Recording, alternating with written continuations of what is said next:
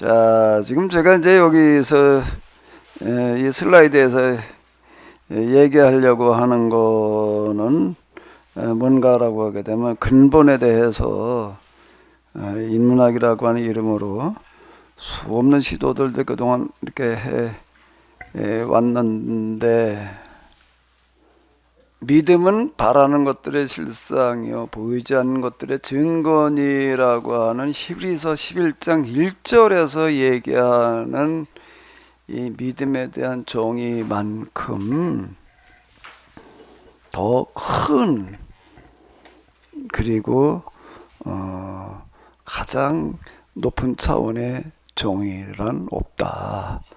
이제 이렇게 얘기해 보려고 그러는 거예요. 저한테는 이게 그렇게 보여져서 히브리서 11장 1절에서 얘기하려고 하는 이런 구절이, 이 구절이 과연 뭘 얘기하는가라고 하는 거를 좀 이제 이렇게 보려고 그러는데요.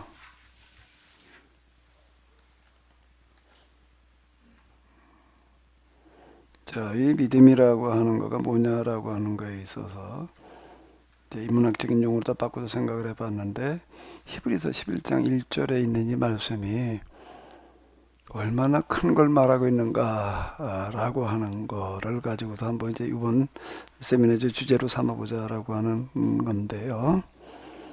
자, 아까 이제 말씀드린 그 첫 시간의 결론대로 뭔가라고 하게 되면은 믿음이라고 하는 거를 인문학 용어로 바꾸니까 뭐에 해당되어진다고요?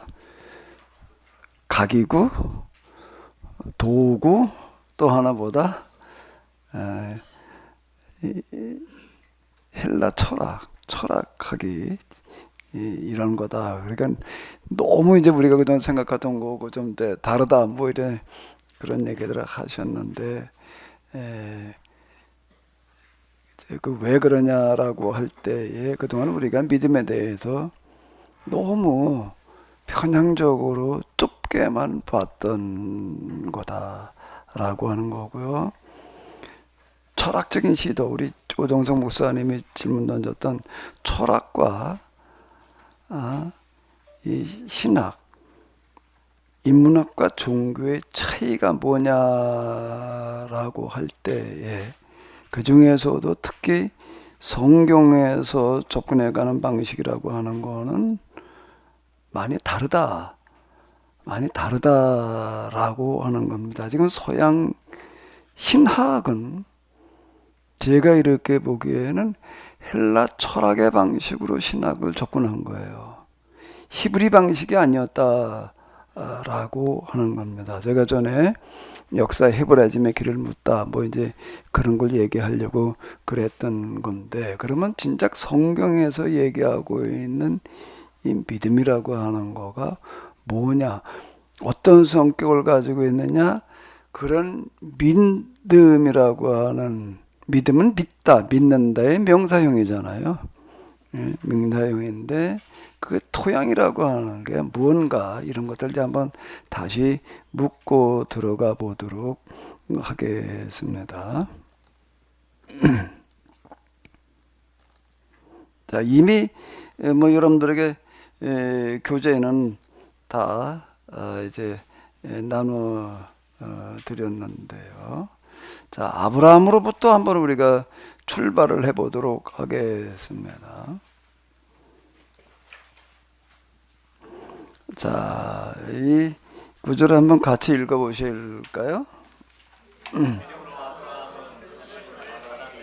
순종하여 장래 이후로 받을 땅에 갈 바를 알지 못하고 나아갔으며, 이건 이제 히브리서에서 얘기하고 있는 겁니다.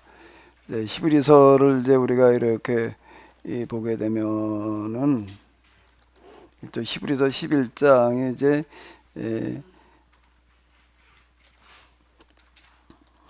믿음은 바라는 것들이 실상에 보이지 않는 것들의 증거니 선진들이 이로써 증거를 얻었다. 그렇게 믿음의 선진들에서 쭉 이제 열거들을 이제 이렇게 해나가고 있는데, 그 중에서 이제 아브라함을 이야기를 할 때에 이렇게 히브리서에서는 얘기를 하고 있다라고 하는 건데요. 자, 아브라함에 관한 이야기가 좀 이제 몇 소절 계속 이어져 나가는데요. 이제 첫 소절을 제가 여기다 이렇게 옮겨 놓은 겁니다. 자, 그럼 이제 제가 그 물음을 던져놨죠. 무슨 물음이죠? 아브라함 왜 믿음의 조상인가? 아브라함 이야기에서 얘기하는 믿음이라고 하는 거가 뭐가 믿음인가?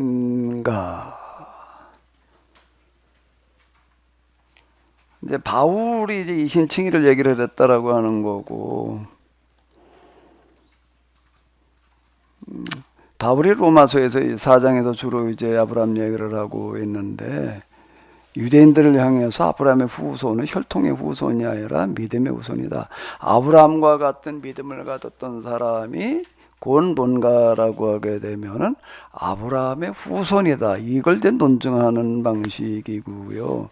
야고보서에서는 행함 없는 믿음은 이제 죽은 믿음인데, 영혼 없는 믿음이, 영혼 없는 육체가 죽은 것처럼 행함 없는 믿음은 죽은 믿음이다라고 이제 이렇게 얘기를 하는데, 그러니까 여기서는 행함, 아브라함은 행함으로 구원받은 사람이다, 이제 이렇게 얘기를 하고 있는데요.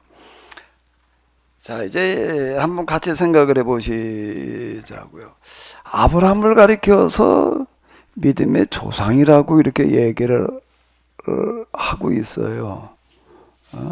근데 사도 바울이 로마서 4장에서도 얘기를 하고 있고, 그 이후 우리는 이제 그렇게 알고 있는데, 그 구속사의 출발점, 그럼 이제 주로 아브라함으로부터 이제 출발을 하고 그럽니다.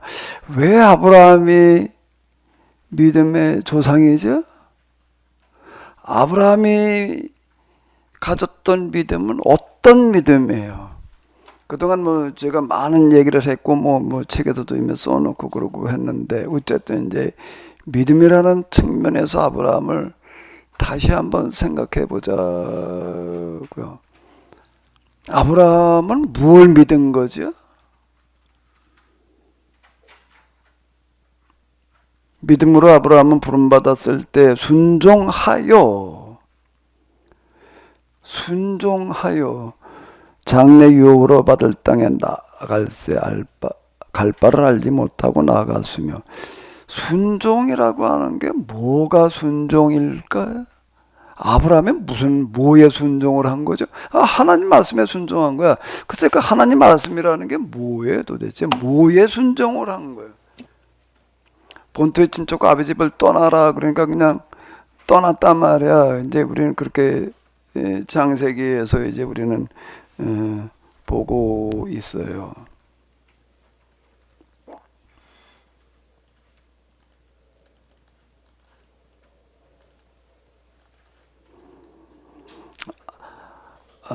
하나님께서 아브라함에게 너는 너의 고향과 친척과 아비 집을 떠나 내가 네게 보여줄 땅으로 가라.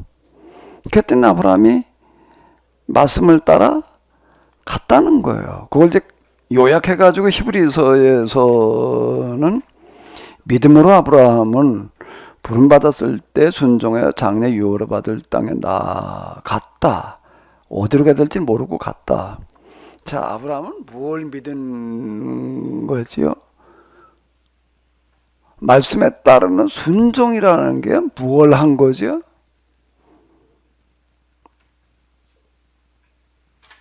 또 하나님께서 아브라함에게 무엇을 말씀하신 거지? 본토 친척 아비 집을 떠나라라고 말씀하셨다는 겁니다. 이게 뭐예요 도대체? 무슨 말씀이에요? 뭐 제가 이 얘기는 이제 누차 했던 얘기인데, 다시 한번 어디 믿음이라는 측면에서 정리를 해봐봐요. 아브라함은 뭘 믿은 거예요? 왜 아브라함을 믿음의 조상이라고 그러는가? 자, 지금 누가 말씀하셨나요? 예. 임재천 목사님, 좀 마이크 좀 뒤에 드려봐봐요. 임재천 목사님, 아브라함은 하나님의 약속을 믿고 나갔어. 약속이 뭐죠? 축복. 구체적으로다가요. 내가 복이 되고 네. 너로 인해서 만민이 복을 얻을지다. 네. 라는 하나님의 약속을 믿고. 자, 그러면은 하나님께서는 아브라함, 그럼 이제 우리 임재천 목사님한테 누가 좀 질문 좀 해봐요. 그렇게 얘기를 하셨으면은 뭐 내가 묻는 게 아니라 누가 한번 질문 좀 해봐요.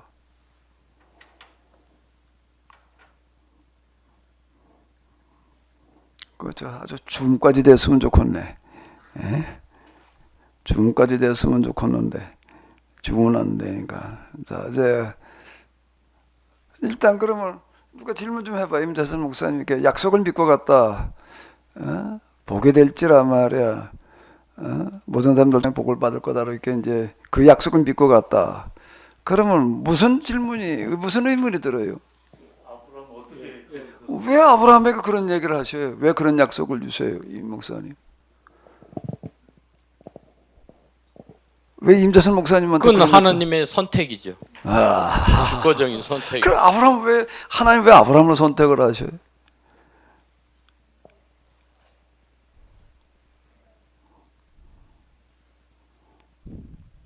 그 시대는 아브라함밖에 없었나? 사람이? 척 보면 아시니까 다 아시니까 척 보면 아시니까 아이고. 아브라함이 아니 하나님이 주권적으로 아브라함을 선택을 하신 거는 아브라함이 하나님의 그 약속 그 말씀에 순종할 것도 어느 정도 그걸 인지를 하셨기 때문에 여러 사람이 있지만 아브라함이 선택해서 말씀하신 거죠. 그것을 했을 때 아브라함이 불순종하실 거라는 걸 아시면 그렇게 묻질 않으시겠죠. 아, 척 보면 아시니까 순종할 걸 아시고. 자, 누가 또 얘기를 해봐요.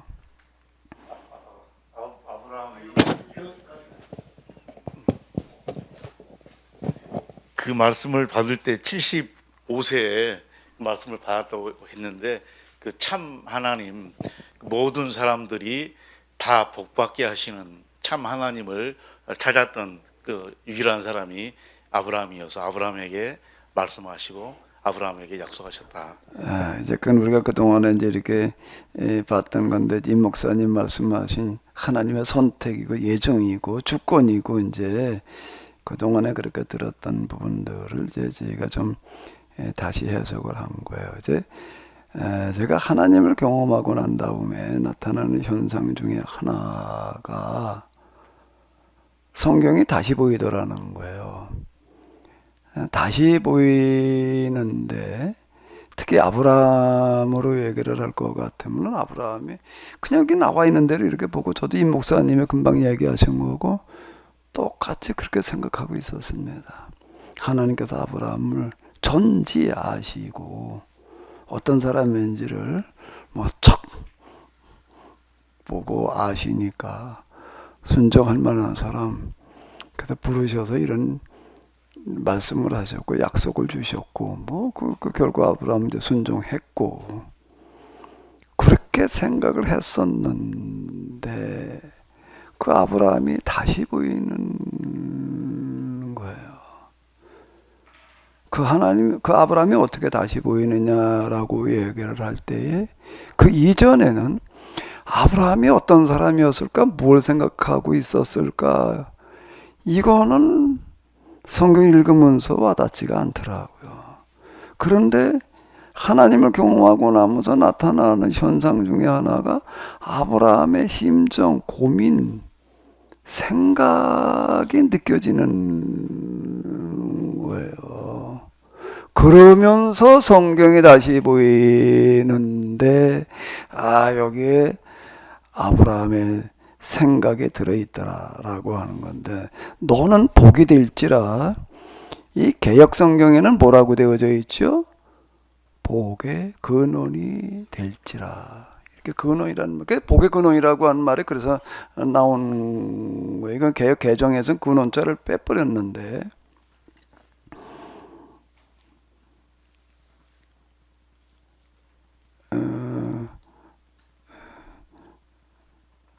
너는 복의 뭐가 될지라?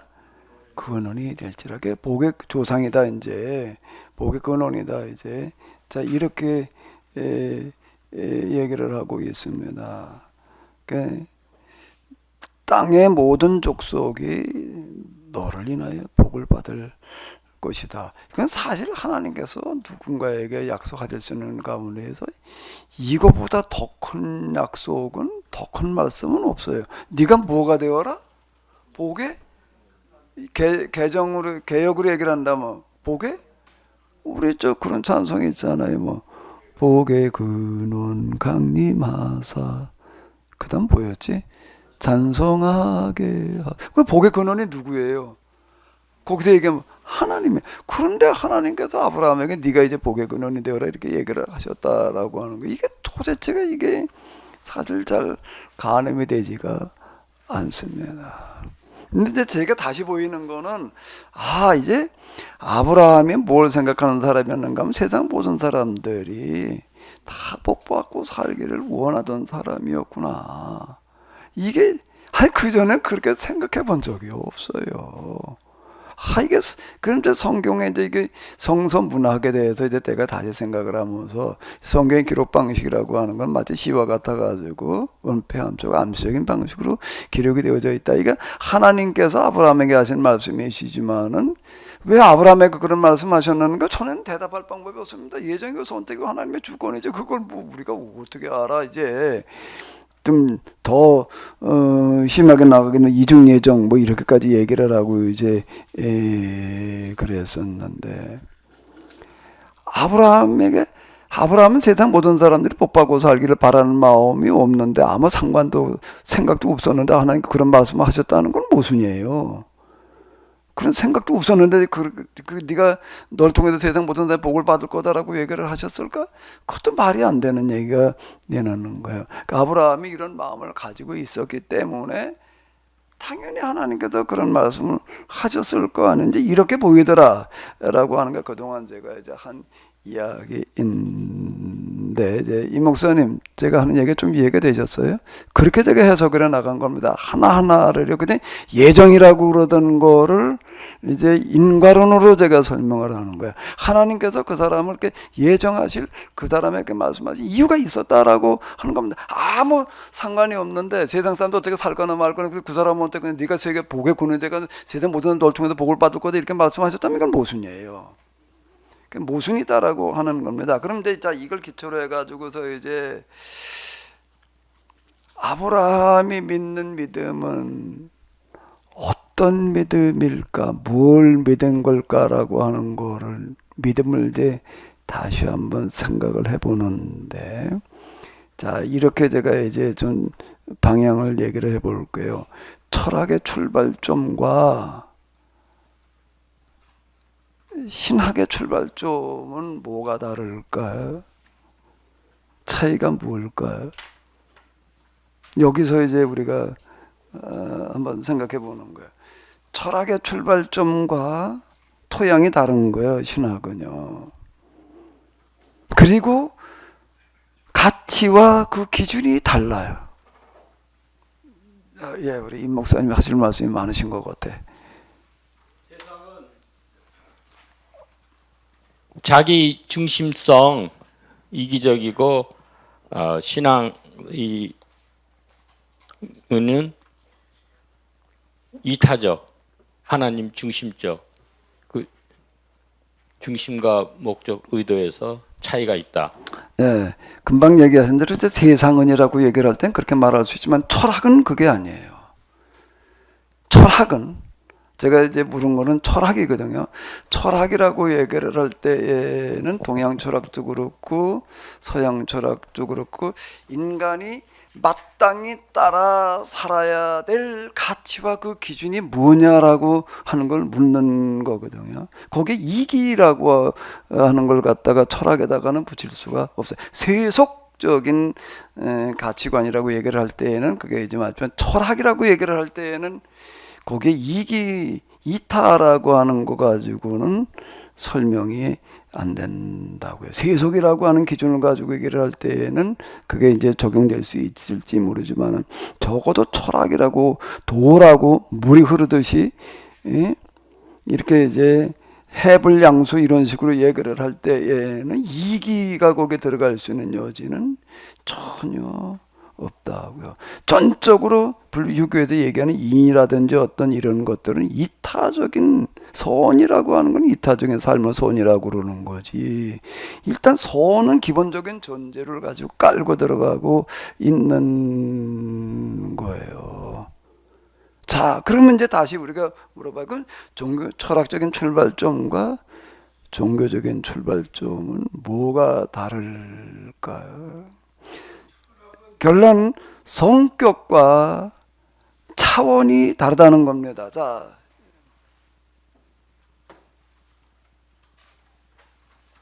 철학은 그 사람의 이성에서 출발한다면 신학은 그 삶의 고뇌의 현장에서 출발하는 거다.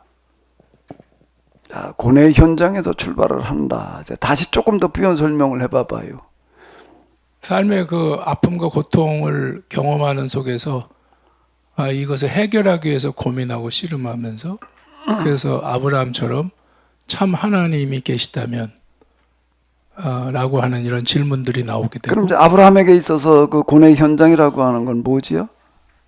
그 함께 살아가는 사람들 중에 대부분 많은 사람들이 그 소위 말해 수직 체제 아래서 고통받고 불쌍하게 살아가는 이런 거에 대해서는 아픔을 함께 아파하는 거죠. 예, 지금 이제 우리 문 목사님 그래서 얘기하신 걸 가지고 우리가 다시 한번 접근해 본다라고 하게 되면은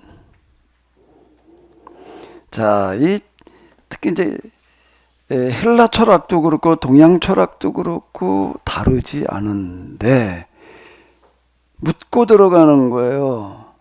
뭐가 진리냐, 뭐가 참이냐, 뭐가 가치냐. 그리고 우리가 어떻게 살아야 되느냐라고 할 때 참과 가치에 따르는 삶을 살아야 된다라고 어떻게 하고 들어가는 거라고요? 묻고 들어가는 거예요. 그러면서 많은 대화 이런 걸 통해 가지고서 이제 결론을 도출해 나가는 시도라고요. 우리가 헬라 철학은 잘 알잖아요. 왜 아테네에서 서양 철학이 출발되어졌느냐라고 할 때 거기는 뭐가 조성되어졌기 때문이라고요? 지난 수요일 날도 우리 장도주 장로님께서 질문하셔가지고서 같이 생각을 해봤던 어떤 이런 건데 그건 뭐 제가 내는 결론이 아니라 그건 일반적으로 하는 얘기예요. 거기에 도시국가라고 하는 아테네에서는 토론 문화가 정착되어져 있었다라고 하는 거예요. 우리 사정인준에서도 만나잖아요. 아레오바고라고 하는 그 아레오바고 사진 그 옛날에나 지금이나 크게 달라지지 않았을 것 같은데 최소한 모여 앉아가지고 토론하려면 좀 경관도 좋고 좀 시원한 그늘에 앉아서 뭐 정자라도 하나 만들어 놓고 그랬을 것 같은데 그냥 넓다란 그냥 노루 바위예요. 난 그걸 이렇게 보면서 그 땡볕에 앉아가지고서 그래 무슨 얘기들을 어떻게 나눴을까. 글쎄 옛날에 거기다 뭐 천막이라도 쳐놨을래나 말이야. 옛날에는 2000여 년 전이니까 지금 다 많이 달랐겠지라고 생각되어지기는 하더라도 어쨌든 무슨 경관이 좋아가지고 어쩌고 저쩌고 얘기하는 거와는 너무 달라요. 난 거기 저 그리스를 가면 내가 거기 꼭 좀 가보고 싶은데 사진으로만 보니까는 잘 현장감이 안 느껴지더라고요. 어쨌든 거기다 묻는 거예요. 수없이 묻고 토론하고 이러고 해가지고서 이제 그런 체계를 만들어 놓는 건데 그건 누가 그걸 가능하게 했는가라고 한다고 하게 되면은 그게 자유인들이 그걸 가능한 거예요. 아테네라고 하는 도시는 사람이 둘로 양분되어져 있었는데 노예계층이 있었고 누가 있는 거예요? 자유인이 있는 거예요. 노예들은 생산을 담당해 가지고서 이제 먹고 살게 해놔요. 그러니까 이제 그 다음에 그 주인들은 시간이 남아가지고 뭐 스포츠하러 가는 사람도 있고 뭐 별의별 사람 다 주색 잡기 오는 사람들도 있고 그런데 이제 진리가 뭐냐는 걸 묻는 사람들이 거긴 좀 주로 추측을 이루어 가지고서 이제 헬라 철학의 발상지가 됐다 이제 이렇게 우리가 알고 있는데 자 이게 학교라고 하는 거가 뭔가 하면 스쿨이잖아요. 스쿨이라는 게 무슨 뜻이라고요? 지금 우리 학교 그러는데 그건 뭐예요? 여유예요, 여유. 여유라는 건 뭔가 먹고 사는 거로부터 해방된 사람들이 모이는 데를 스쿨이라고 그랬다고요.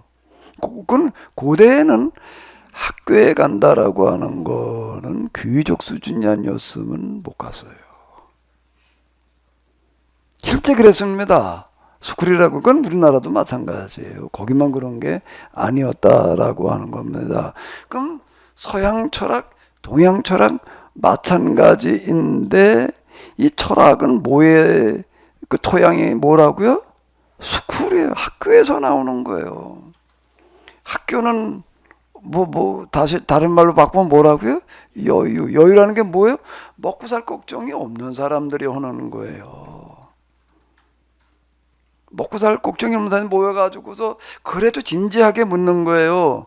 그게 굉장히 생산적인 결과를 가져와가지고서 그 이후의 세계 역사에 지대한 영향을 줬다고. 이게 잘못됐다는 얘기가 아니라 철학이라고 하는 것 자체의 특징이 그렇다라고 하는 걸 얘기를 하는 겁니다. 제가 이제 철학과 특히 기독교 신학이라고 하는 어떤 이런 거는 토양과 출발점, 성격, 차원이 다르다라고 얘기를 하는 거는, 자, 성경에서 얘기하는 신학의 출발점은 뭐라고요? 스쿨에서 나오는 게 아니에요. 어디서 나오는 거예요? 스쿨에 갈 수 없는 사람에게서 나오는 거야. 이건 학교의 산물이 아니에요. 학교의 산물이 아니라고 하는 겁니다. 그럼 뭐의 산물일까? 뭐의 산물일까? 스쿨의 산물이 아니에요. 철학의 산물은 스쿨에서 나오는 거예요. 토양이 스쿨. 여긴 논어, 도덕경, 논어라고 하는 걸 이렇게 보더라도 공자라고 하는 사람이 제자들이 이끌고 다니면서 그냥 천하를 떠돌아다니면서 진짜 좋은 세상 한번 만들어 보려고 누군가 나에게 나라를 맡겨달라 말이야. 나한테 3년만 맡겨주면 내가 정말 모든 백성이 잘 사는 나라를 만들어 보여주겠다. 그리고 그때는 이제 거기 이렇게 춘추전국 시대니까 각 지역 지구들이 다 왕노릇하고 있을 때예요. 중앙정부라는 게 없어. 그 분해가 돼버려가지고. 그러니까 전국을 돌아다니면서 지구들을 나한테 좀 나라 좀 맡겨달라고. 누가 맡기나? 그래가지고 떠돌아다니다 그냥 말았는데, 거기도 제자들도 다 진짜 아주 발군에 똑똑한 사람들 기타 등에 모여가지고서 어쨌든 이제 그 유교라고 하는 체계를 만들어 놓는 거예요. 그러니까 스쿨에서 나오는 거예요. 스쿨에. 그런데 신앙은, 믿음은, 신학은 어디서 나오는 거라고요? 스쿨과 정반대인 스쿨에 갈 수 없는 사람들에게서 나오는 거예요. 학교에 가가지고서 공부를 해서 문자를 터득을 해가지고서 학문의 세계를 익혀가지고 합리적으로 묻고 들어가는 상아탑의 산물이에요. 신학은요, 자, 여기서 얘기할 때 기독교 신학이에요. 제가 종교라고 하는 단어를 쓰더라도 같은 단어라고 이해를 하고 들어주시면 되겠어요. 이거는 뭐의 산물이라고요? 학교에 갈 수 없는 사람. 철학의 출발이 이성이라면은, 이성으로 철학이 출발된다면 신학은, 믿음은 뭐로 출발될까? 이성이 아닌 뭘까요? 이성과 대비되는 방법을, 철학의 방법은 이성이에요. 신학의 출발점 방법은 뭘까요? 네? 경험? 말고 다른 단어를 또 찾아봐요. 영성 말고. 네? 뭐라고 그러셨는지 내 귀가 어두워가지고. 합의르라고 그러죠. 합의르. 그거 말고 다른 단어, 더 진하게 다가오는 단어.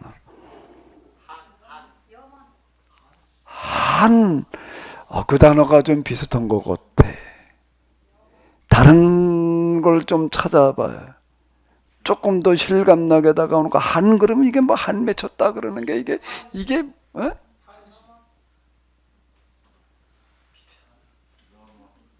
염원보다 말고 더 진한 거. 갈급 더 진한 거. 절규. 한은 이게 좀 뭐 듣는 사람에 따라서 다 달라요.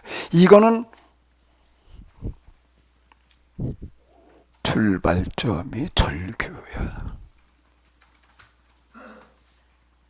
이게 다른 겁니다.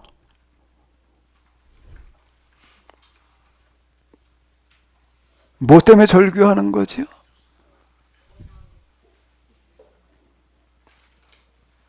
도대체가 어떻다는 거예요? 살 수가 없는 거예요. 출발점이 달라요.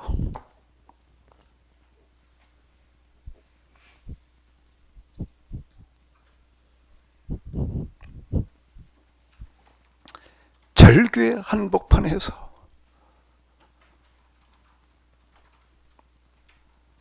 뭘 하는 거지요? 살 수 없는, 왜 살 수 없는 거예요? 먹고 살 수가 없어요. 먹고 살 수가 없어요. 또 왜 살 수가 없는 거지요?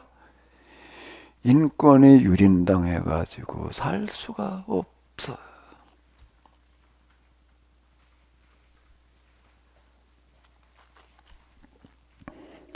절규 한복판에서 뭐 하는 거지요? 어디 가다 하소연? 누가 들어줘?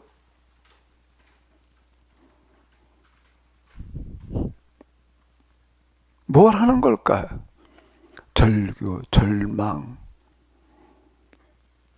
그 한복판에서 뭘 하는 걸까요?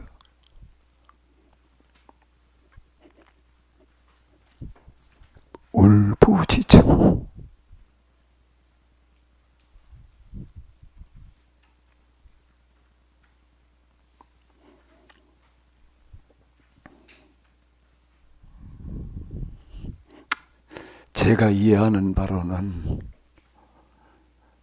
제가 이해하는 바로는 성경에서 얘기하는 믿음의 출발은, 토양은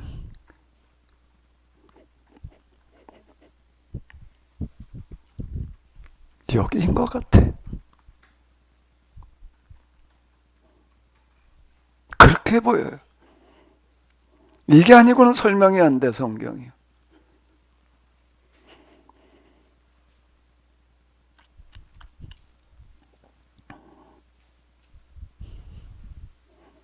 저도 구속사라고 하는 그런 신앙의 출발은 예수님을 그리스도로 영접하는 회심이었어요. 그러다가 어떻게 하다가 하나님을 경험하고 다시 내가 성경으로 돌아왔을 때, 예수님을 경험하고 나서 구세를 영접하고 난 다음에 성경에도 얘기하는, 우리에도 얘기하는 그렇게 보이더라고요. 그런데 하나님을 다시 만나고 난 다음에 성경으로 돌아오니까 성경을 펼쳐드는 순간 페이지 하나하나에 절규와 탄식과 통곡과 울부짖음, 눈물, 그냥 눈물이 아닌 무슨 눈물? 피눈물이 아니고서는 접근이 안 돼.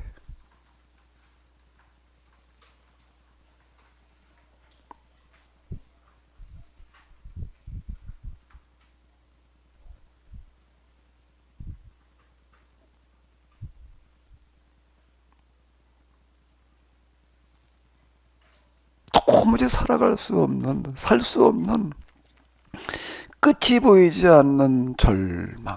끝이 보이면은 절망이 아니에요. 내가 언제까지 몇 년만 참으면 된단 말이야. 그거는 절망이 아니에요. 절규가 아니에요. 아니, 나는 어차피 이렇게 내가 살아야 되지만 내 자식들만은 그래도 좀 나같이 살지 않게 할 수 있다라고 한다면 해볼 만한 거예요.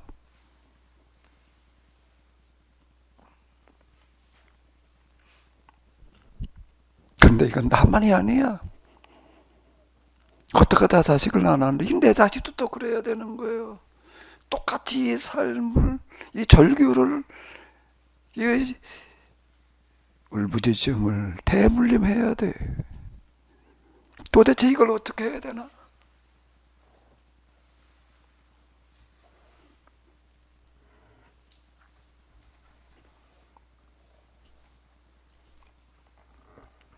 많은 사람들이 그냥 뭐 체념하고 그저 그러고 살아가겠지요. 근데 그 중에서 누가 있는가 하면은 몸부림치는 사람이 있는 거예요. 무슨 몸부림을 쳐야 되는 거죠? 무슨 몸부림치는 사람이 있는 거죠?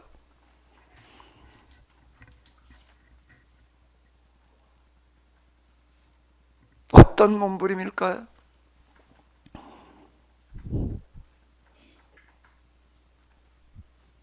이건 아니라는 거예요.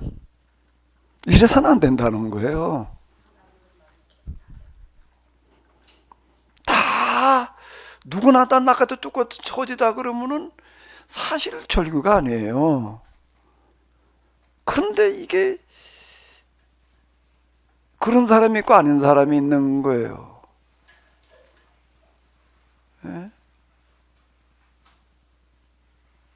상대적인 박탈감 속에서 나오는 건데, 예? 이걸 어떻게 해야 되는가? 어떻게 해야 되는가? 라고 할 때에 당연한 귀결은 뭔가라고 하게 되면은 이건 그대로 있을 수 없다는 거예요. 그대로 용납돼서는 안 된다는 겁니다. 뭔가 해결 방법을 찾아야 된다라고 하는 거예요. 철학과 기독교 신학은 출발이 달라요. 한가하게 앉아가지고 진리가 뭐냐라고 묻고 있는 거하고는 얘기가 다르다는 겁니다.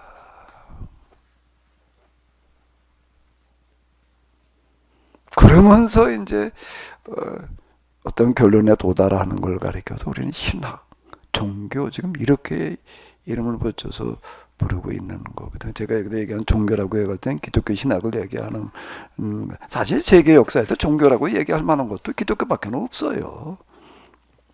해교도 있지 않냐라고 하더라도 해교와 유대교는 뿌리가 같아요. 좀 나중에 이제 조금 성격이 뭐 뒤가 더 다르다라고 하더라도 세계에서 영향력이라든지 등등에서 놓고 볼 때 이제 기독교 신학 이렇게 이제 우리가 일변도로 생각을 해도 크게 다르지 않을 텐데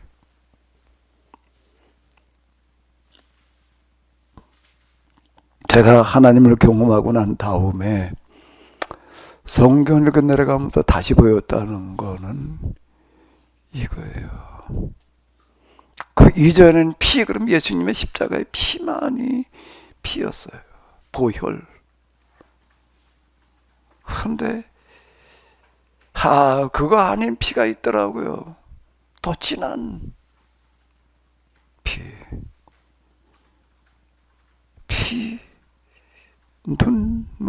눈물이 피가 된다.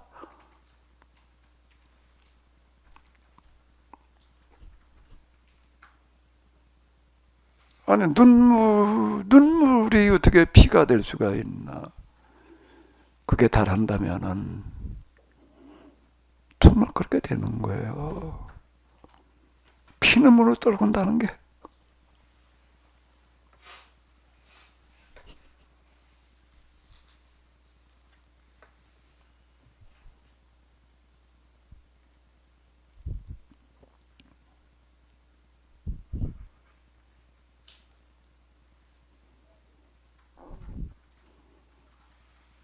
어디에서도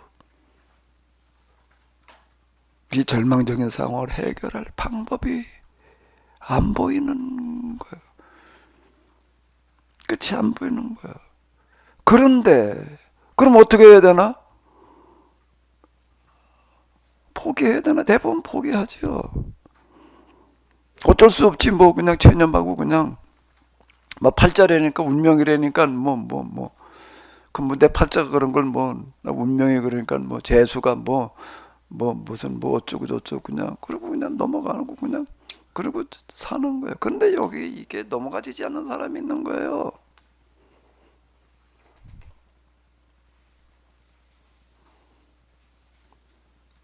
철학은 스쿨에서 시작되어졌다라고 한다면 신학의 출발은 이런 절규, 울부짖음의 현장 속에서 넘어가지지 않는 사람들이 만들어내는 거예요. 끝까지 여기에 씨름을 하는 거예요. 뭔가 이건 해결을 해봐야지.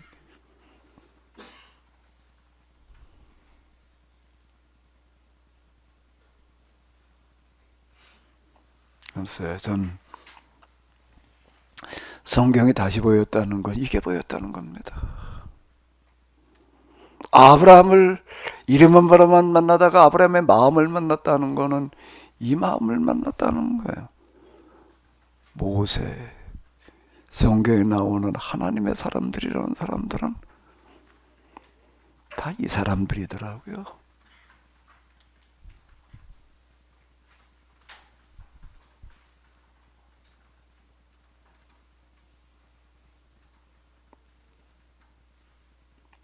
도대체 이 절망적인 이 상황을 어찌해야 되나?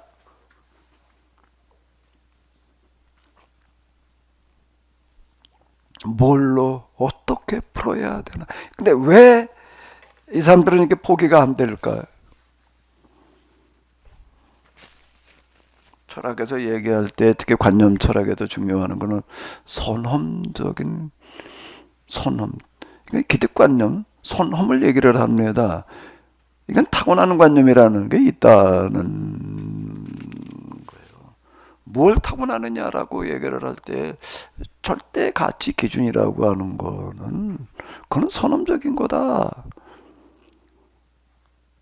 사회가 생기고 난 다음에 도출되는 게 아니라 그건 사람이라면 누구나 다 타고나는 거다. 살인하지 말라는 게 그렇다는 거예요. 그 정원적인 명령이라는 거예요. 그거는요. 정원 명령인 거예요. 이거 선언 명령이야. 이거는. 다른 말로 하면 절대 명령이에요. 사람이 사람을 죽이면 안 되는 거 아니에요. 그건 뭐 사회의 가르침, 사회 법의 규정에 따라서 그런가? 아니지. 그거는 절대 가치라고 하는 건 선언적인 거다. 기득관념이다. 자, 이렇게 이야기를 합니다. 그럼 당연히 그래야 된다는 거예요. 마땅히 그래야 되는 거예요. 당위예요. 당연이에요. 당연지사예요. 근데 이건 포기되면 안 되는 거예요. 그걸 가지고 씨름을 하는 거예요. 이걸 어떻게 풀어야 되느냐 말이에요.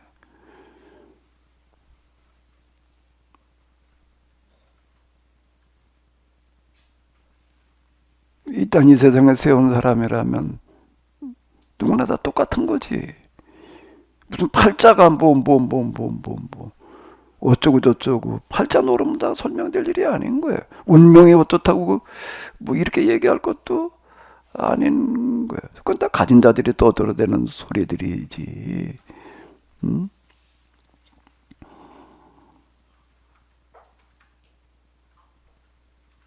이 당위에 도전하는 사람들. 그러면서 여기에서 끊임없이 뭘 하는 거죠? 씨름하는 거예요. 무슨 씨름? 방법을 찾아 씨름하는 사람들.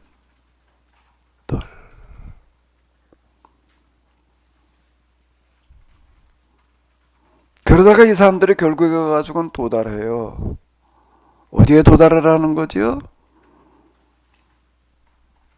방법에, 해법에, 흔히 요즘 뭐 솔루션이라는 말들을 뭐 쓰는데 솔루션에 도달을 하는 거예요. 그 도달이 뭐지요? 그 도달이 뭘까? 끊임없이 이 문제를 가지고 줄기차게 눈에 흙이 들어갈 때까지 씨름하던 사람들이 도달하는 결론이 있어요. 뭘까요? 뭐라고?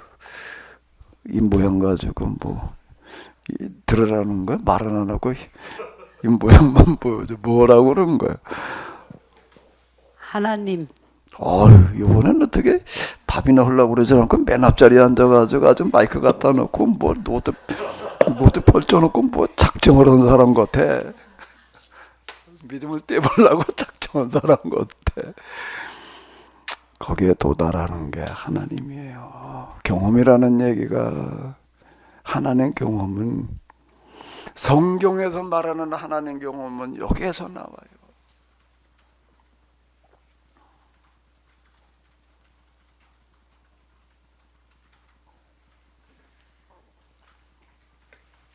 제가 하나님 경험 이런 얘기를 하는데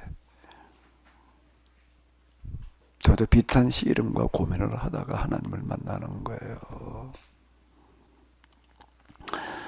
수도다 영성은 아니다라고, 내가 경험한 하나님, 내가 경험한 영성과 너무 다르다라고 얘기를 하는 거는, 수도사들이 출발하는 게 좀 비슷한 것 같기는 하지만은요, 하나님을 경험해 보겠다라고 하는 열망으로 출발을 하는 거예요.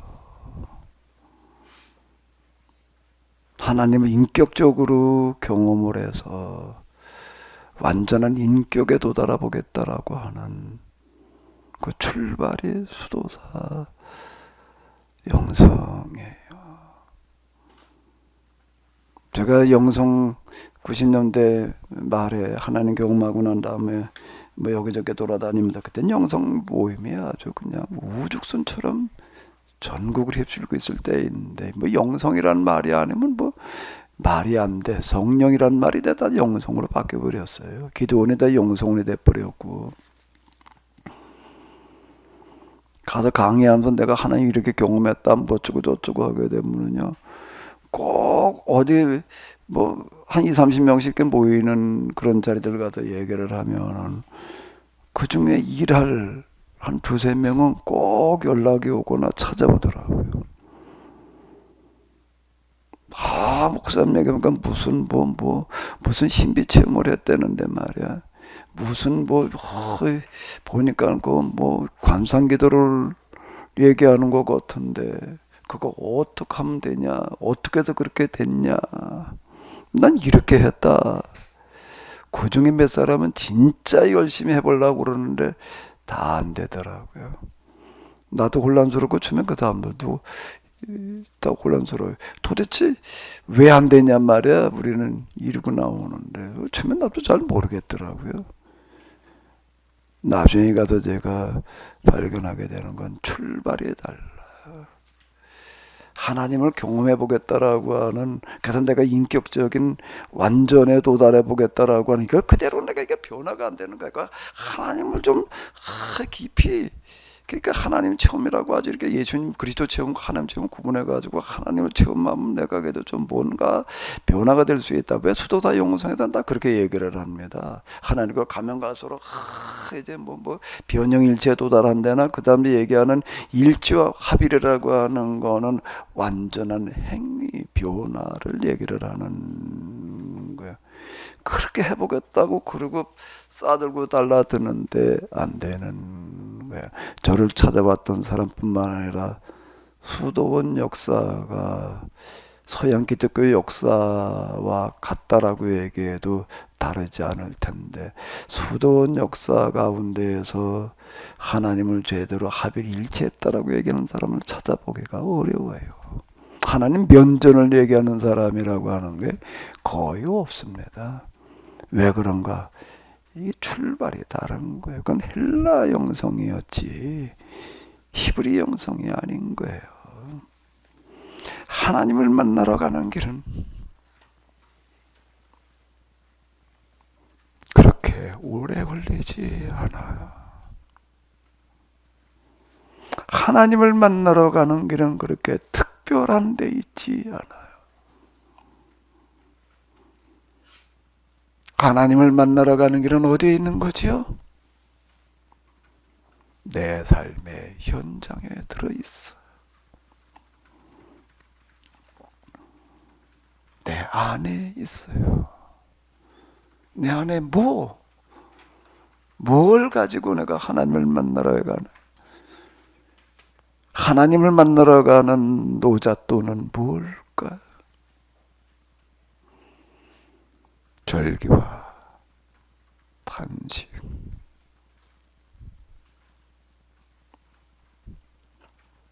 피눈물이에요.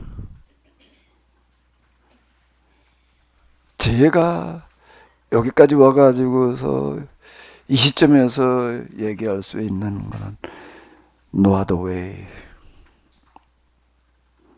No other way. 성경에 하나님을 만나는 다른 길은 없어요. No other way. 저는 단언으로 얘기할 수 있어요. No other way. 네, 말씀하세요.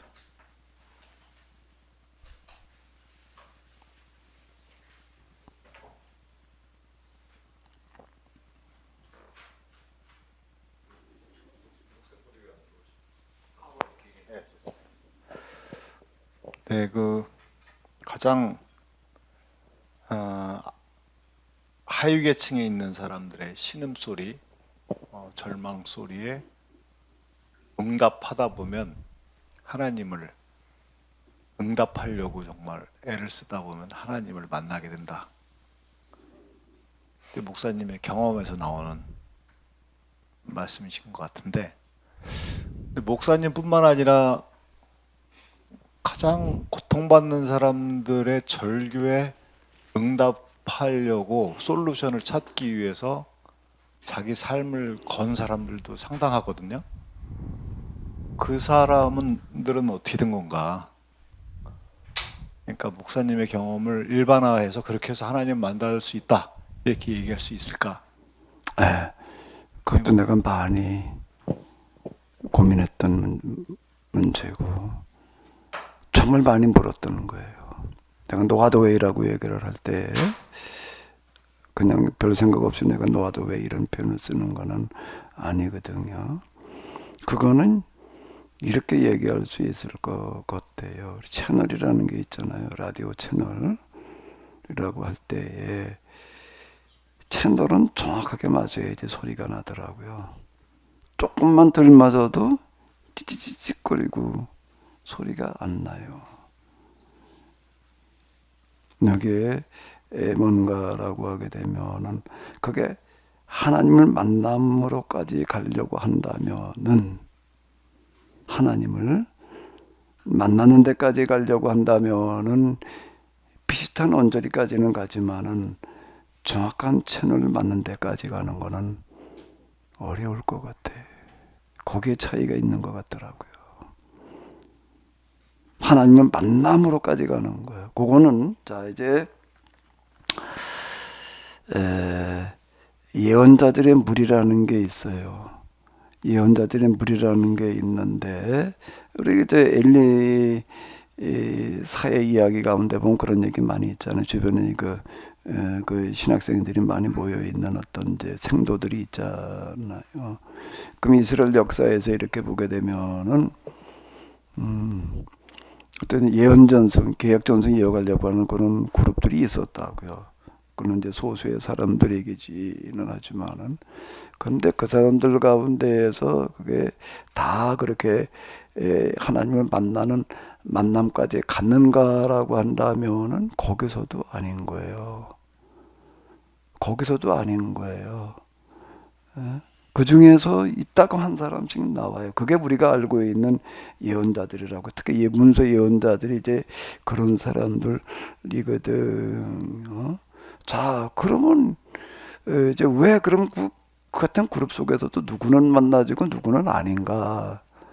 이제 이런 물음을 묻게 되는 건데, 그게 이제 제가 정확한 채널이 맞아야 된다. 제가 얘기할 때 정확한 채널은 뭘까? 초점이.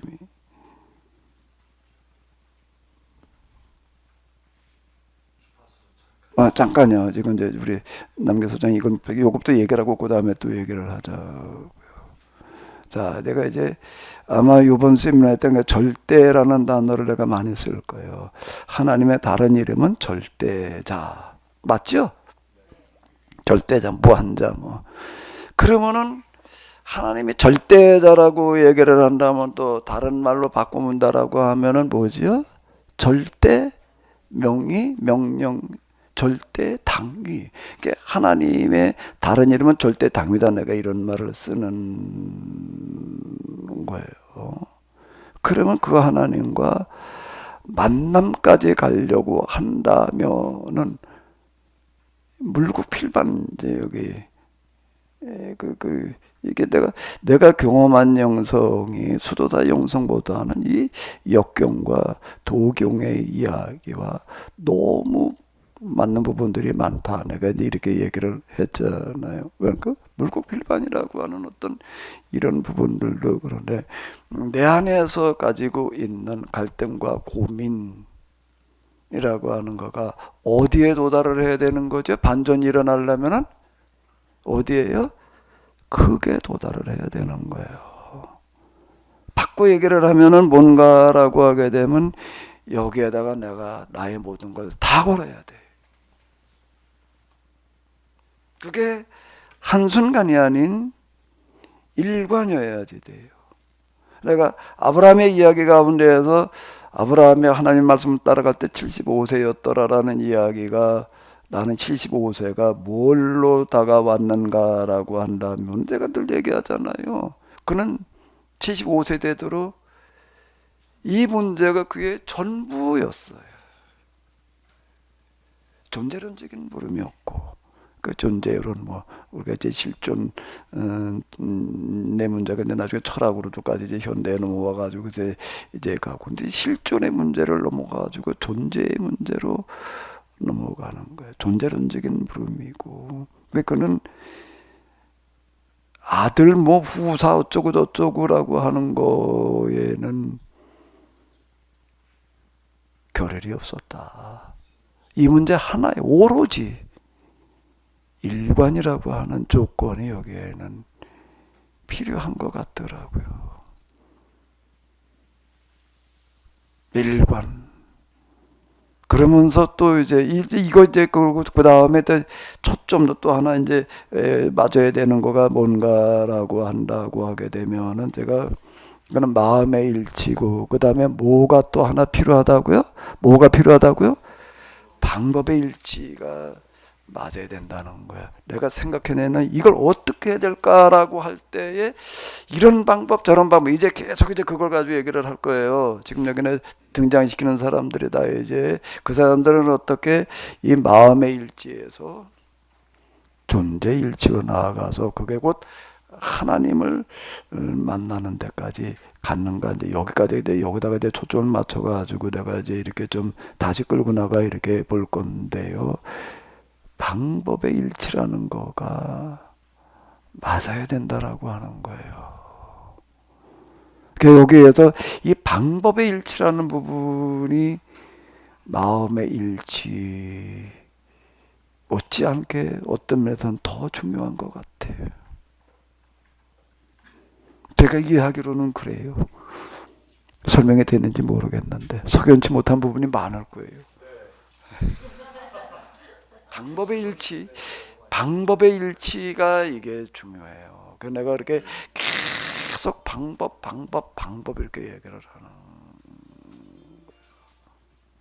지금 던진 질문은 내가 많이 스스로 묻고 찾았던 거예요. 네, 우리 임재천 목사님. 그 마이크 쓰시는 방법은 그 파워 부분을 좀 길게 들어야지 파란불이 들어요. 인간적인 측면에서는 이해가 돼요. 우리가 아브라함도 하나의 시커 구도자였다. 그 시대에 하필로서 구도자로서 하나님에 대한 갈급함, 절규가 부르짖음에 있어서 그것을 하나님의 또 주권적인 선택을 해서 그 믿음의 길을 갔다 이해되고, 우리 요한복음 2장에도 나다나엘이 그 무화과 나무 아래에 있을 때 예수님이 보았다. 무화과 나무 아래에서 그 토라를 읽고 그것 하나님 나라를 추구했을 때 그때 예수님이 뭘 만나는 경험으로 그 믿음의 길을 간 거 그건 이해되는데, 우리가 이제 인간적인 측면에서 있는데 너무 우리의 그 갈급함만 강조를 하면은, 그렇다고 우리가 과연 하늘에 도달될 수 있느냐? 그 인간적인 또한 한계가 있으니까 우리가 흔히 얘기해 수동 능동 그러잖아요. 하나님의 주권과 그 섭리에 우리 인간의 보조적인 부차적인 어떤 구도심의 그 마음에 서로 아까도 그 주파수가 일치가 돼서 역사가 일어나지 않느냐. 내가 누구나 다 그거를 자기 인간적인 구도만 하면 잘하면 자연 종교가 되죠. 우리 기독교는 계시의 종교인데 2장에서도 아브라함의 부르심에 하나님의 말씀이 임했잖아요. 하나님이 임해야 그것에 어떤 역사가 일어나는 거지, 내가 구하기만 한다고 해서 과연 내 절규가 하늘에까지 도달돼서 구원에까지 이룰 수 있느냐? 그거는 또 하나의 한계성이 있지 않느냐? 제가 금방 제가 얘기한 거는 뭔가 하게 되면 그 절규와 몸부림이라고 하는 것 속에는 방법을 모색하는 것까지 같이 들어있는데, 그게 어디에 도달하는 거라고요? 결국 하나님이라는 겁니다. 하나님을 배제한 자연 종교를 제가 얘기하는 게 아니다라고 하는 거고요. 그게 어떻게 그럼 우리가 하나님께 도달할 수 있느냐? 이 사람들은 어떻게 해서 한 사람 한 사람들이 이제 우리가 짚어보면서 여기에 도달했는가? 그리고 그에게 있어서 그 한 사람 한 사람의 믿음이라고 하는 거가 다 똑같은 게 아니에요. 상황이 다르기 때문에 믿음의 성격들이 다른데, 이제 아브라함에게 있어서 믿음은, 야곱에게 있어서는 또 이제 그 다음에 뭐 요셉에게 있어서는 이제 이렇게 물어보는 건데요. 자, 이제 또 시간의 제한이 있으니까 일단 시간은 지켜야죠. 이제 아브라함의 생애가 말하는 믿음이라는 것들은, 아브라함은 뭘 바랐는가? 참나 이 히브리서에서 정의하는 믿음은 바라는 것들의 실상이요 보이지 않는 것들의 증거라고 얘기하는 것만큼 정확한 정의가 없겠다 라고 생각되어지는 건데요. 자, 다시 물어보자고요. 철학에서 묻는 가장 큰 가치라는 게 뭔가, 진리라는 게 뭔가, 우리가 따라 살아야 될 기준이라는 게 뭔가, 그걸 아르케라고 이제 로고스라고 이렇게 그들은 말하는데, 우리 모두가, 모든 사람이 다 공감하고 따라야 될 가장 귀한 가치라는 게 뭘까요? 뭘까요? 그러다 결국은 아이스적인 걸 떠나서 초월된 영적인 삶을 사는 거, 헬라 철학에 도달하는 건 그거예요. 그래서 영지주의라는 게 그런 얘기이고, 영을 따라 살아야 된다 그러는 거예요. 그러니까 동양 철학에서도 결국에 와서는 또 비슷해요. 똑같이 뭐라 그러는가 하면, 이건 뭐 색이 공이고 공이 색인데 말이야, 보이는 게 연연하지 말고 보이지 않는 세계에 초연해라. 초연, 초탈. 헬라에서는 그걸 아파테이아라고 그랬다고요. 초탈해야 된다는 거예요. 이거 여기 너무 연연해. 매이지 마라. 초탈. 초자야 이게. 트랜스. 초월해라 말이야. 넘어가라 그냥. 매이지 마라. 연연하지 마라. 다 쓸데없는 그 인연 다 끊어버려라. 철학은 그렇게 도달하는 거예요. 서양 헬라 철학도 그렇고 동양의 도교나 역경이나 크게 다르지 않아요. 무의자연, 물 흘러가듯이 그냥 그저 그 화 다른 걸 추구하지 말고 화합을 죽여라 뭐 이제 노노 뭐 이제 이런 식인 거예요. 근데 히브리는 그렇게 말하지 않는 거예요. 이거 초월하라고 그러는 게 아닌 거예요. 야 이건 뭐 이건데 난 이래 이게 정말 내가 이래 비참한 쌍놈으로 말이야 이거 아래 것으로 살아가야 되는데 야 그건 뭐 일시적인 거니까 그건 잠깐이야 다 초월해. 이게 이렇게 얘기하는 동네가 아닌 거예요. 여기는요 초자가 아니에요. 여기는요 초월해라가 아니라 해결하라는 거예요. 풀으라는 거예요. 이거를요. 전혀 성격이 달라요. 차원이 다른 겁니다. 이거는요. 왜? 죽은 다음에 얘기가 아니고 영원한 세계 얘기가 아니고 여기 지금 이 세상 뭐 찰나라고 이렇게 얘기를 하는데 이거 찰나야 이게 아니 이 비참한 삶으로다가 살아가봐 이게 찰나인가? 한순간이야 이게? 예? 한순간에 불과한가? 하루 종일 나가가지고도 콩밥 매보라고 비 오는 날 땡볕에 나가가지고서 다 어휴 이놈의 바꾸랑이 왜 이렇게 그 2,000병에 뭔 바꾸랑이 긴지 이거 하나 가지고 저기까지 가려니 뭔 하루 종일 한나절에 저기가 그 한나절에 여기 와 그 뭐 하루 종일 하나 갔다고 그게 많으면 언제 다음에 10명이 달라붙어 빼가지고 그러니까 뭐 10명 와가지고 20고랑 매는 거야 이게 뭐 그러니 이놈의 걸 언제 다음에 그 한순간이었지 저 문 목사님 어땠어 콩받아 매보니까 근데 그 오늘도 매고 내일도 매고 또 매고 죽을 때까지 매야 된다 그게 찰나야 그게 찰나냐고 그게 용겁이지 끝이 안 보이는 거지 콩밥 매는데도 끝이 안 보이는데 그렇게 말하면 안 되지 예? 색이 공이고 공이 색이니까 말이야 유무상통입니까? 그냥 이러고 넘어가야 되나 그래? 초탈하라고 그래야 되나? 그냥 그저 고고해야 되나? 여기는 그렇게 말하지 않는 거예요. 왜? 지금 이거를 해결하는 것보다 세상에도 더 크고 중요한 건 없어요. 그게 아르케라는 거예요. 그게 근본이라는 거예요. 히브리에서는 성경 그걸 말하고 있는 거예요. 나는 성경에 그렇게 보여요. 나는 그리고 수십여 년 동안 그래서 씨름하고 나 이게 옳은 것 같아. 이게 아니면 모순이야. 초연해져야 되나? 그냥 맨날 우린 가가지고서 뭐 내 마음 평안해 뭐 그러고 있어야 되나? 하나님 앞에 나와가지고 내 마음에 평안이나 구해야 되나?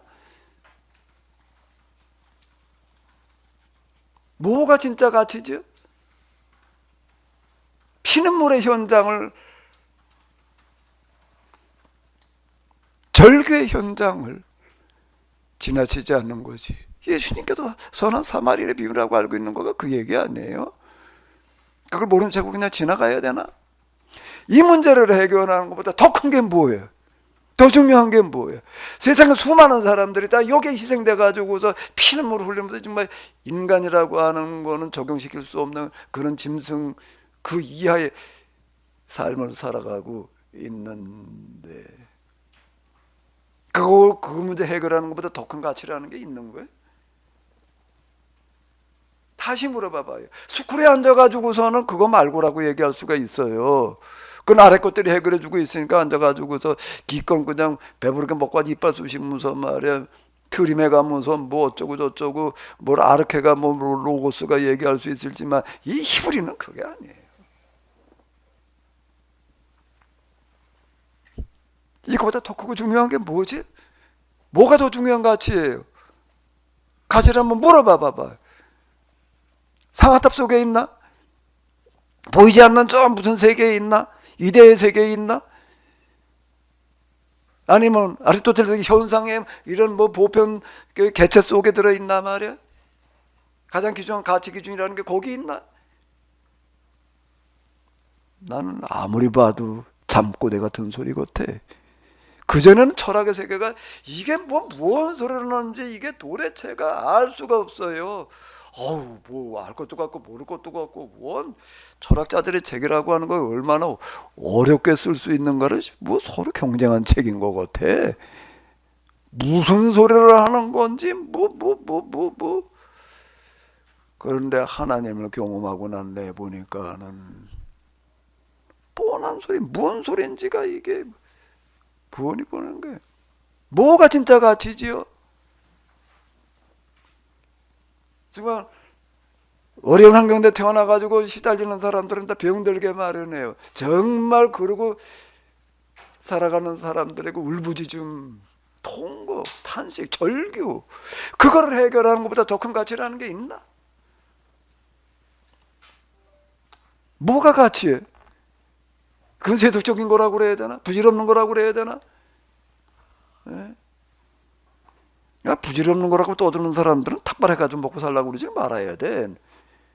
앉아서 구글 먹으면서 그딴 소리를 해야지 왜 탁발을 해가지고 가가지고서 그딴 소리를 하고 있나? 앞만 봐도 난 그거 방법 자체가 잘못된 것 같아. 왜 탁발을 하러 나가기는 지가 농사를 지어서 먹고 살든지 아니면 솔직히나 뜯어 먹고 있든지, 예? 그럴 일이지. 누구 보고 탁발을 하라는 거예요?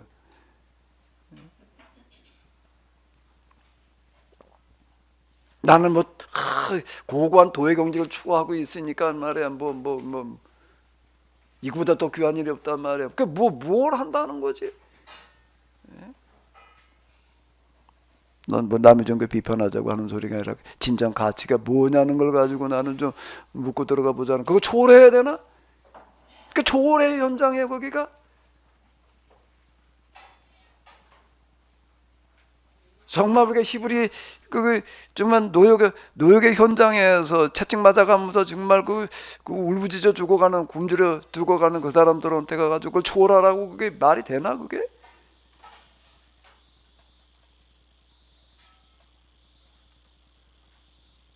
앉아서 반박이나 쳐다보고 조금 명상이 젖어가지고서 할 수 있는 소리지 초월이라고 하는 얘기는 그 현장으로 돌아가 보라고요. 어디 핏물의 현장으로 돌아가 봐요. 거기도 초월이라는 게 과연 할 수 있는 말일까?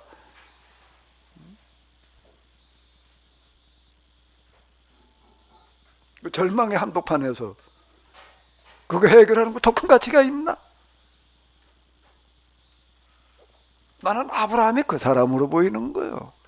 비록 그는 하비르로 태어난 건 아니었다고 그러더라고. 중상류 귀족 중이었다. 그 태어난 태생이 지금 뭐 그게 중요한 게 아닌 거예요. 정말 이 문제를 어떻게 해야 될 것인가라고 하는 걸 가지고 자기 존재 이유예요. 이게 존재론적인 물음이야. 이거는 실존적인 물음을 넘어서는 거예요. 이거는요. 어떻게 해야 이 문제를 도대체 해결할까? 그게 거기서 끝나지 않고 그 다음에 그게 뭐로 나가야 된다고요? 도대체 이거 해결하는 방법이라는 게 뭘까? 여기 내가 마음의 일치와 방법의 일치를 많이 얘기하는 거는 여기에 있는 거예요. 그냥 그 현장을 고민하고 실험하는 사람은 많아요. 근데 그게 하나님에게까지. 그럼 나는 하나님과 상관없는 그런 문화에 태어났는데 내가 성경 하나님을 어떻게 만나냐? 하나님은 그 종교의 한계에 갇히시는 분은 아닌 것 같아. 누가 됐든지 간에 어떤 종교를 가지고 있든지 간에 원래 아브라함도 무상장사였다며. 아브라함이 본래부터 하나님 믿는 가정에 태어난 사람다. 하나님 믿는 문화하고는 상관없는 얘기예요. 여기는요. 우상장사의 아들이었다며. 우상장사였다며. 탈무드에 얘기하는 아브라함이. 근데 그가 어떻게 성경에 하나님을 만나는가? 물음이 그리고 뭐가 바로 방법이 그분과 맞게 되면은 만나는 거지요. 난 멜기세덱이 그런 사람인 것 같아. 멜기세덱 제사장이래. 뭔 제사장? 난 지금 멜기세덱은 도대체 뭐가 뭔지 모르겠더라고요. 멜기세덱이 뭐 어디서 온 사람이야 도대체? 이건 뭐 근원도 없고 뭐도 없고 뭐 하나님께서 보내신 뭐 어쩌고 저쩌고 뭐라고 그러는데 그 얘기가 아니더라고요. 그건 아브라함과 서로 유유상종이야. 서로 만나는 거예요. 하나님이 종교 한계 갇혀가지고서 못 나눠진다면은 그건 뭐 결정론이지.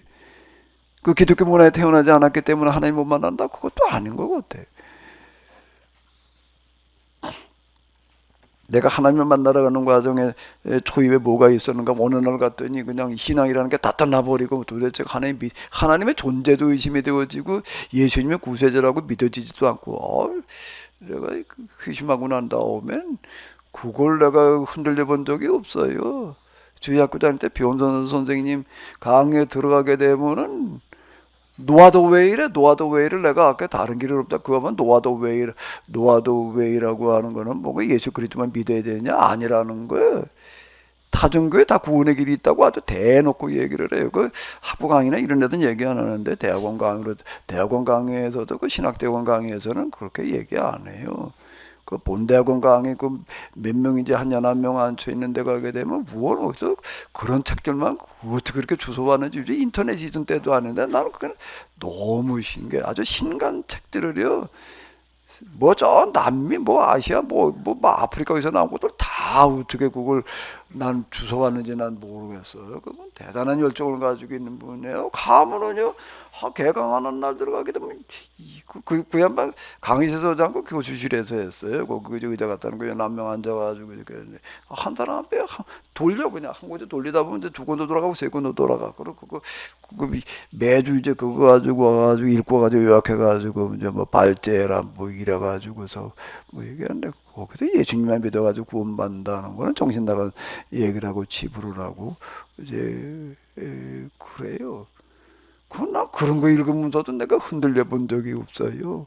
근데 어느 날 기도를 가더니 다 사라져 버렸어요.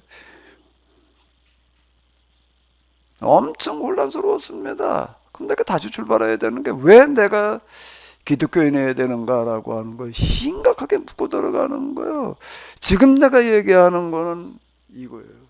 내가 왜 다시 그럼 내가 기독교인해야 되는가 말이야. 내가 왜 목사여야 되는가라고. 왜 이거 왜 놓기 때문에.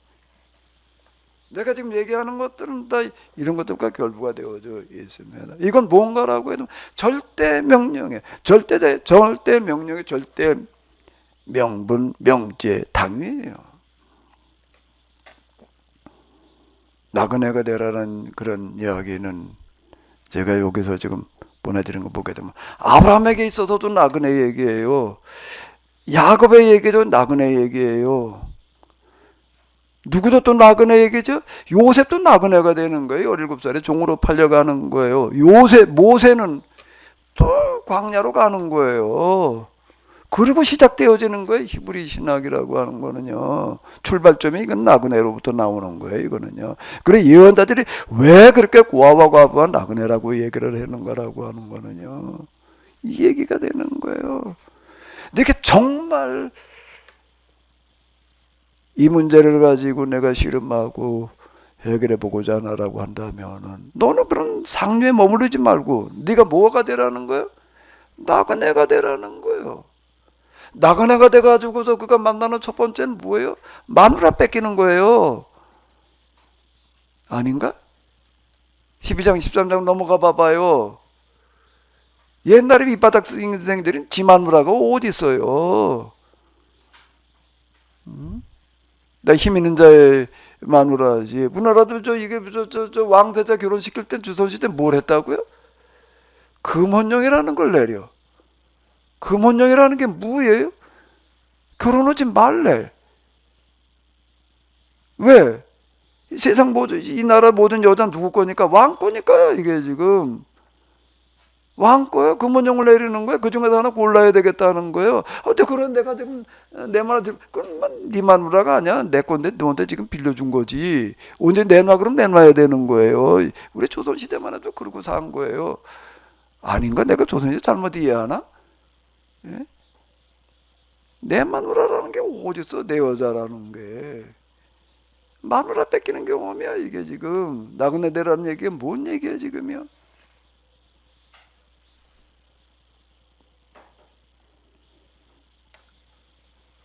성경에 다시 보였다는 얘기는 참 이 얘기구나 말이야.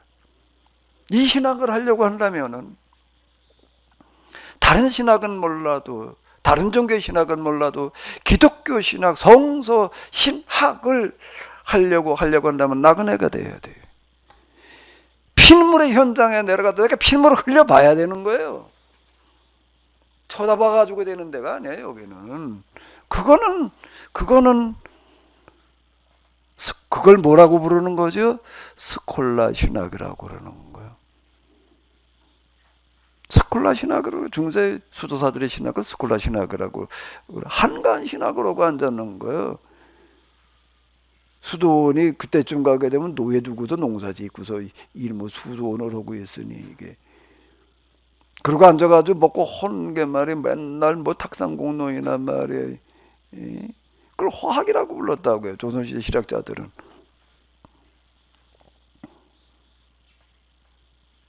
나그네가 돼야 되는 거지. 신학을 한다는 거는 정석대로 하려면 어려워. 그만하래. 이거 그러면서 그는 어떤 사람이 나그네 대접하는 얘기가 나오는 거예요. 소잡아 가지고 가서 그 섬기는 얘기가 그렇게 할 수 있나? 나그네 대접하는 얘기. 그리고 그 다음에 소돔과 고모라 전쟁에 참전하는 거예요. 318명을 데리고 가가지고 왜 약탈 전쟁의 현장을 그는 묵과하지 않는 거예요. 이걸 내가 참전해가지고 이길 수 있냐 없느냐는 걸 묻는 게 아닌 거예요. 여기는요. 피눈물의 현장에서는 그렇게 묻는 게 아닌 거예요. 이게 가능한 거야? 그건 물을 수 있는 현장이 아니야. 피눈물을 흘리고 있어 봐봐. 가능하냐 하냐가 어디 있어. 도전해봐야 될 문제이지. 할 수 있냐 없냐 그렇게 묻는 거는 아직 먼 얘기예요. 그건 헬라로 가야 돼. 그건 헬라 철학이지, 헬라 신학이지. 히브리 신학은 그렇게 물을 수 있는 데가 아닌 거야. 이건 우리가 지금 해야 될 거냐 아니냐는 거를 당위성을 가지고 묻는 데이지요. 아브라함이 하나님께 기도를 했더니 말이야 내가로 가기만 해라. 그럼 이게 그래 가지고 갔을까? 그러면 의미가 없어요. 그거는요. 그럼 뭐 짜고 치는 고스톱이래나 겨우 그거? 그는 그냥 외면할 수가 없어서 가는 거예요. 죽으러 간 거였지. 소돔과 고모라에게도 그런 거고요. 이삭을 바치라는 얘기도 백세례나 이삭이 그게 절대적인 가치일 수 없다는 거예요. 주저하지 않고 이삭을 바쳤다는 그런 얘기는 이 얘기지. 절대자의 말씀은 절대 명령이에요. 그걸 따르는 게 순종이에요. 그걸 거역하는 게 뭐라고요? 불순종이지. 그게 불순종이에요. 절대 명령을 외면하게 되면은 모른 척하게 되면은 눈 감게 되면은 그게 불순종이에요. 그게 나한테 하나님께 뭐라고 그러신 게 없는데라고 해가지고 순종하려니 순종해야지. 예, 그만할게요. 시간 됐으니까요. 예, 또 30분 있다 하는 건가? 1시간 반인데요. 예. 그러니까 저녁 시간이 1시간 반이나 됩니다. 예. 그러니까 시간이 좀 조정을 하자고. 저녁에 2시간 하는 거 아닌가? 저녁에 2타임이죠? 2타임 남았는데. 네. 밥 먹고 2타임이죠? 그러니까 6시 반으로 땡기자고? 30분 땡겨도 되겠어요? 가능할까? 예, 그럼 저기 우리 팀즈나 또는 유튜브로 들으신 분들도 그리고 저 광고를 올려줘요. 우리 그 카톡방에다가 30분 땡겨서 시작을 한다고 밥 먹고서요. 예, 예. 네, 수고 많으셨습니다.